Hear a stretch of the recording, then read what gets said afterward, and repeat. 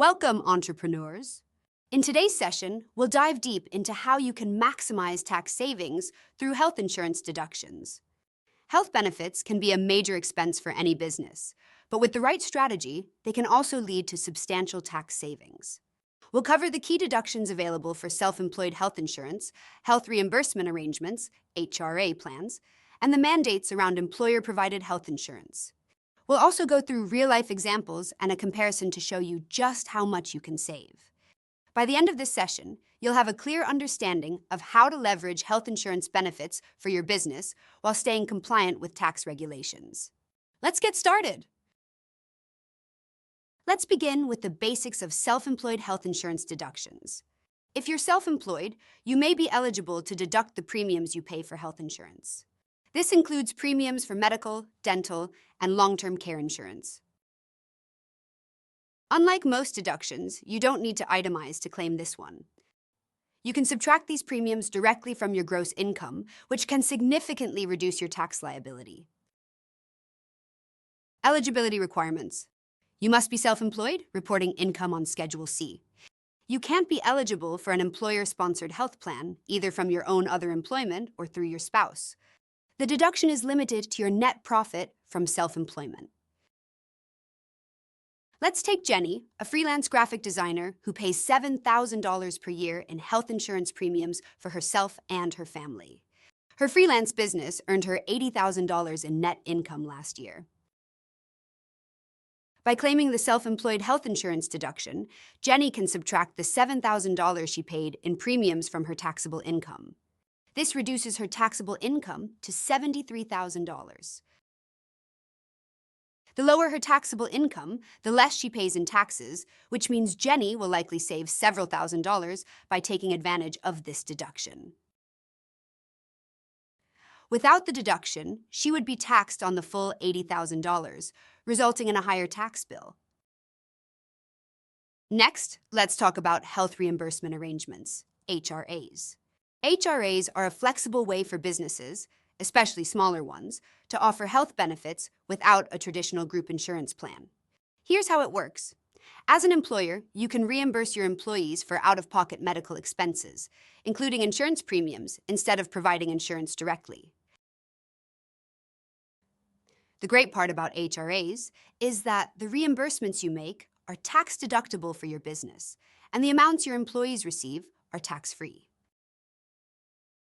This can be a powerful tool for small businesses, allowing you to set aside a specific amount for employee health costs without the complexity or high cost of a traditional health plan.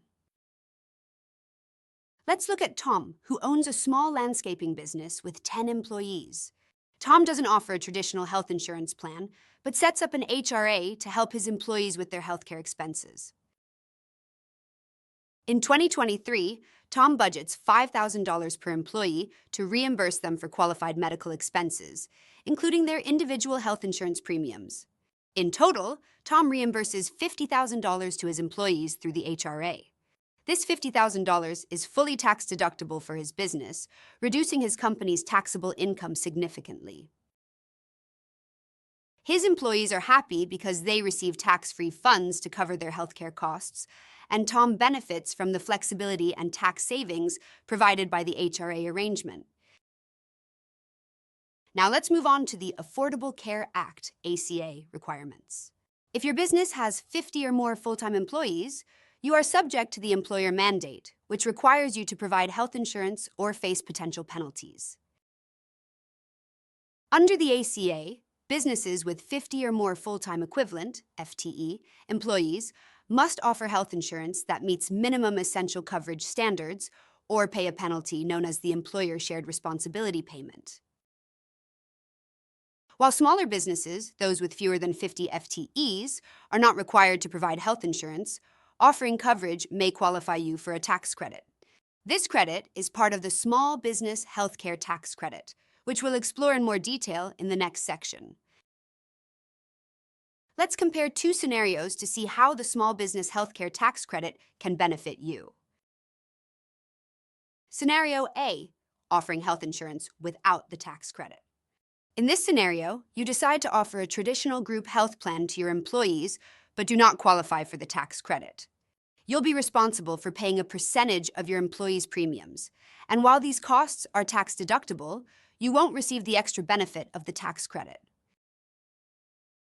Scenario B, offering health insurance with the tax credit. Now, imagine your business qualifies for the Small Business Healthcare Tax Credit. This tax credit is designed for small businesses with fewer than 25 full-time employees that pay at least 50% of their employees' premiums. The tax credit can be worth up to 50% of your premium contributions, 35% for tax-exempt employers. So, if you spend $40,000 per year on employee health insurance, you could receive a $20,000 tax credit, in addition to deducting the full $40,000 in premiums as a business expense. That's a huge tax-saving opportunity. Now let's take Karen, who runs a tech startup with 12 employees. She offers health insurance and covers 50% of her employees' premiums, costing her business $30,000 per year. Because Karen's business qualifies for the Small Business Healthcare Tax Credit, she receives a tax credit of $15,000, 50% of her contributions. On top of that, she can deduct the full $30,000 in premiums from her business's taxable income. This combination of the tax credit and the deduction allows Karen to reduce her tax liability by $45,000 in total, $15,000 from the credit and $30,000 from the deduction. It's a win-win for both Karen and her employees. Now, regardless of which strategy you use, whether it's self-employed health insurance, HRAs, or group health plans, keeping detailed records is essential.